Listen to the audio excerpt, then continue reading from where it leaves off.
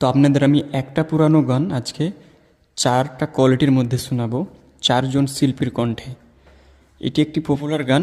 তো এই গানটা যদি 1980 সালে তৈরি হতো, তাহলে সিঙ্গেল সাহাব গানটা কিভাবে গাইতো? গানটা এভাবে গাইতো, लैला ओ लैला तू ऐसे लैला हर कोई चाहे तो मिलना अकेला रे।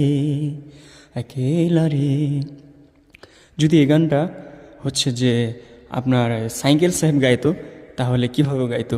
लैला हो लैला ऐसे तू लैला हर कोई चाहे तुझसे तुझसे हर कोई चाहे तुझसे तुझे मिलना अकेला रे हे हा हू।